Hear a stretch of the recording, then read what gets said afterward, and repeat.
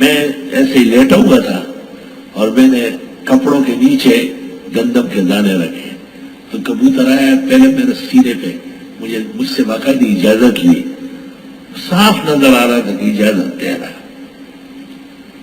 میں جلدی اٹھا، میں نے پیر کھینچ لیے، اس نے جلدی جلدی اٹھایا اور مجھے دیکھ کے اٹھنا شروع کر دیا۔ لوگ سب ان کے لیے کچھ نہ کچھ لاتے ہیں۔ ایک چھوٹے بچے کو میں نے دیکھا، پکڑنے لگا، میں نے کہا بیٹے حرم شریف یہاں نہیں پکڑا جاتا۔ اچھا انکل میں اس کے لیے بسکٹ لایا ہوں۔ میں نے کہا بسکٹ ڈالے پکڑے کے لیے؟ اچھا کیا عمرہ خراب ہو جائے گا؟ میں نے عمرہ بھی خراب ہو جائے گا، گناہ ہوگا بہت۔ اپنے باپ کو دیکھا کہ ابو آپ نے تو نہیں بتایا۔ اس نے کہا بیٹے میں تو عالم نہیں ہوں، میں تو سمجھتا تھا کہ ہمارے لیے آپ بچے۔ میں نے کہا یہ قاعدہ لکھا ہے فقہاء نے کہ ناجائز کام جو بچہ کرے گا گناہگار بڑا ہوگا، جیسے کہ وہ تلاوت کرتا ہے، قرآن پڑھتا ہے، ثواب بڑوں کو ملتا ہے، وہ غلطیاں کرے گا گناہگار بڑا ہوگا۔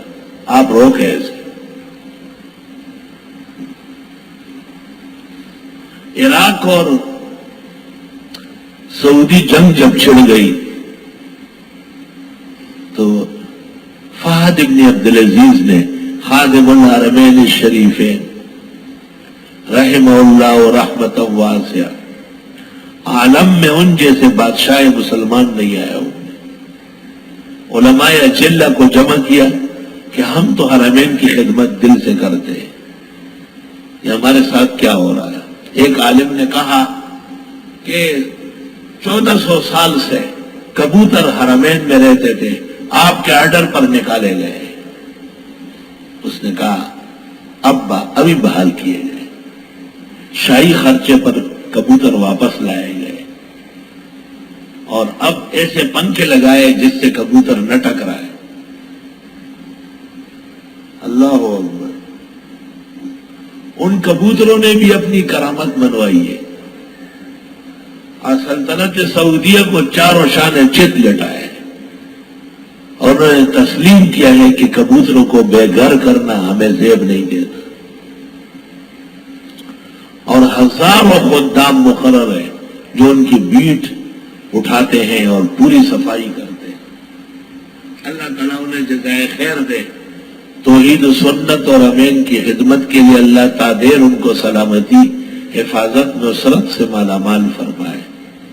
یاد رکھنا وہ ہمارے مذہب کے بڑے ہیں، ان سے محبت کرنا ہمارے مذہب کا تقاضا ہے، ان کا دفاع کرنا ہمارا مذہب ہمیں سکھاتا ہے، اور ان جیسے بہترین ایمان والے آج نہیں بہت زمانوں سے نہیں دیکھے گئے، توحید میں ڈوبے ہوئے ہیں۔ غیر حکومت ہے، حکومت جب ایک کام کرتی ہے تو حکومت کا ہر فرد تو عالم نہیں ہوتا، اس میں کچھ زیادتی بھی ہو جاتی ہے۔ اللہ انہیں اور ہم سب کو معاف فرمائے۔ میں ان کا کوئی وظیفہ خور نہیں ہوں، نہ ان کے ہاں میری کوئی رعایت ہے، نہ میں نے ان سے کوئی مراسم بنائے، یہ میرے عقیدے اور مذہب کا تقاضا ہے۔ میں ان کے توحید کی قدردانی کا گرویدہ ہوں۔ بس لوگ سمجھتے ہیں کہ مولانا کے بڑے مراسم ہیں، میں اپنے خرچے پر عمرے اور حج کرتا ہوں، بار بار جاتا ہوں، اور جی چاہتا ہے کہ جب تک جنت الفردوس نہیں گیا ہوں اس سے پہلے یہ جنت الفردوس کا جو فردوس ہے اس کو دیکھتا رہا۔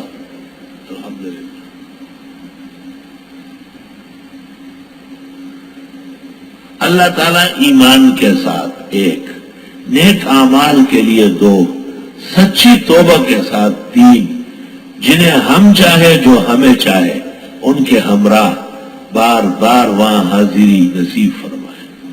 اس طرح دعا مانگو، سمجھ زور دعا کو کونڑا دعا مکو، دعا کیوں غیرت پیدا کرو۔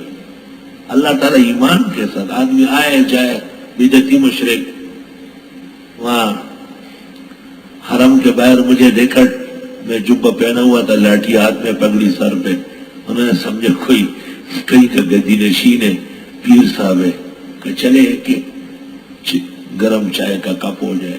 میں نے کہا چلو۔ کہتے اعلیٰ حضرت فرماتے ہیں کون دے دینے کو منہ چاہیے، سب سے اعلیٰ وَأَوْلَاهَا ہمارا نبی. میں نے کہا یہاں تو لوگ اس لیے آئے اور نبی نے تعلیم دی ہے کہ ایک اللہ دینے والا ہے، اللہ کے ساتھ دینے لینے میں کوئی شریک نہیں. تو یہاں اچھا چل انما المشرکون نجس فلا يقربوا المسجد الحرام. تو ماما سچا ہے، سستا ہے، اچھا ہے، للائی اٹھا تو اچھا ہے. تو یہی تھی جو میں نے تمہیں پلائی. ایک پنجاب کا پیر تھا، بڑے مریدوں کو لایا تھا اور دور سے کھڑے ہو کے پھر سلام پڑھتا تھا اور بڑے کیا کیا نخرے کرتا تھا. کچھ شرطوں کو میں نے سمجھایا، ان کے پاس آئے پھر انہوں نے چھوڑ دیا. خیر تو وہ پیر صاحب مجھے کہتے ہیں حضرت ایسی جگہ جیل میں ڈالتے ہیں کھانے کو کچھ بھی نہیں ملتا، جیل کی اور کوئی تکلیف نہیں، میں یہ تکلیف کھانا نہیں ملتا. میں نے کہا سنا ان کی جیلوں میں حلوہ ہے؟ کہا نہیں توبہ اللہ نہ لے جائے. معلوم ہو کہ ایک دفعہ جیل کھا چکا ہے وہ.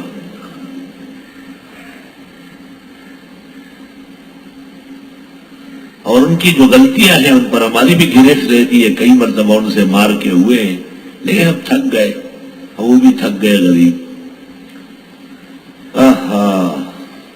الا ما یتلی علیکم، مگر وہ جو پڑھا جاتا ہے تم پر وہ حرام ہوگا. اور دوسرا یہ کہ شکار کو حلال نہ سمجھو درا حالی کہ تمہیں حرام نہ ہو. ان اللہ یحکم ما یرید، بے شک اللہ فیصلہ کرتا ہے جو چاہے. زیادہ طہارت حاصل کرو، یعنی اچھی طرح نہاؤ، صرف وضو سے کام نہیں ہوگا. جنوب میں حائضہ نفساء سب شامل ہے. جنوب حقیقی جیسے ملاعبت کرنے والا یا جنوب حکمی نفس احتلام والا، دونوں کو شامل ہے. وَإِن كُنتُم مَّرْضَىٰ، اور اگر تم بیمار ہو، او علی سفر، یا سفر پر ہو، او جاء احد منکم من الغائط، یا آیا کوئی تم میں سے قضائے حاجت سے، او لامستم النساء، یا عورتوں سے جمع کیا، فلم تجدوا ماء، پانی نہیں پایا، فتیمموا صعیدا طیبا، پس تیمم کر لو زمینی پاک چیز سے، فامسحوا بوجوہکم وایدیکم منہ، پس چھو ڈالو چہروں کو اور ہاتھوں کو اس میں سے. یعنی بڑے غسل کے مقابلے میں یا وضو کے مقابلے میں تیمم کافی ہے.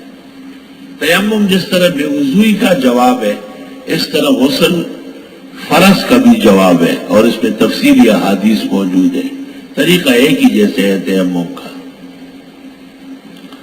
ما یرید اللہ لیجعل علیکم من حرج، نہیں چاہتے اللہ کہ ڈال دے تم کو دقت میں، ولکن یرید لیطہرکم، لیکن اللہ چاہتے کہ تم کو پاک کر دے، اس لیے اتنے بڑے غسل کو معاف کر کے اور تیمم کی اجازت دی. وَلِيُتِمَّ نِعْمَتَهُ عَلَيْكُمْ، اور تاکہ پورا کر دے احسان تم پر، لَعَلَّكُمْ تَشْكُرُونَ، تمہیں شکر کرنا چاہیے. وَاذْكُرُوا نِعْمَةَ اللَّهِ عَلَيْكُمْ، یاد کرو خدائی احسانات تم پر، وَمِيثَاقَهُ الَّذِي وَاثَقَكُمْ بِهِ، اور عہد پیمان اس کا جو تم سے کر چکے ہیں. اذ قلتم سمعنا واطعنا، جب تم نے کام نے سنا مانا.